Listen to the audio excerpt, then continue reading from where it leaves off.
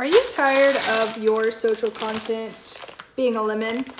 Well, let me tell you what you're doing wrong while I turn these lemons into lemonade. The biggest mistake that I see brands making is that they don't know the difference between trending content and relevant content. Trending content, for example, is like the demure trend, when we saw a lot of people's content, a lot of brands' content talking about things being very demure, very mindful. And I don't know about you, but that doesn't really work for all of my brands. A lot of them were like, this doesn't make any sense for us. I don't really blame them either, because what we saw with the demure trend and a lot of other trends is that these trends go up and they stay relevant for just a little bit and then they fall away, and that's not really making an impact on your audience, especially when the market is so saturated with other people doing the exact same thing.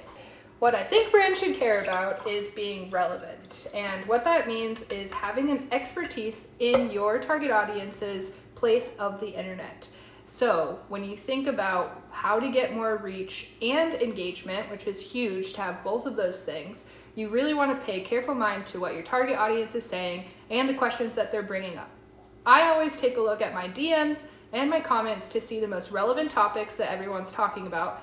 And I also go look at those people's profiles to see what other content that they're engaging with to make sure I have a good beat on what would be relevant for them for the brands that I'm representing. For example, we have a client called Pretty Tasty Tea, and they make a really awesome collagen iced tea beverage. And we know that that target audience is a younger millennial, somebody that watches TV quite regularly, specifically reality TV. And so what we did was we found an influencer who was going on the show Traders, but not a lot of people knew about it. So the night that the Traders episode debuted and she was going to be featured, we ran a Spill the Tea campaign and did capitalize on the trending pop culture content, but it was perfectly relevant for our target audience and it generated really, really great results. In conclusion, it's really important to remember that your social audience just wants to feel heard.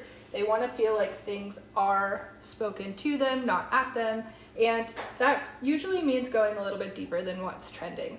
I typically implore my clients and my team to go deep into the comments and really find out who the audience is and then fold that into the trend. So that way you're not just doing a gimmick, trendy piece of content, but you're actually making a long-term impact on your audience. Now I'm going to finish this up because I don't really know how it's going to taste. So we are going to put a little straw and use one of my straw charms, and then we will call that a wrap.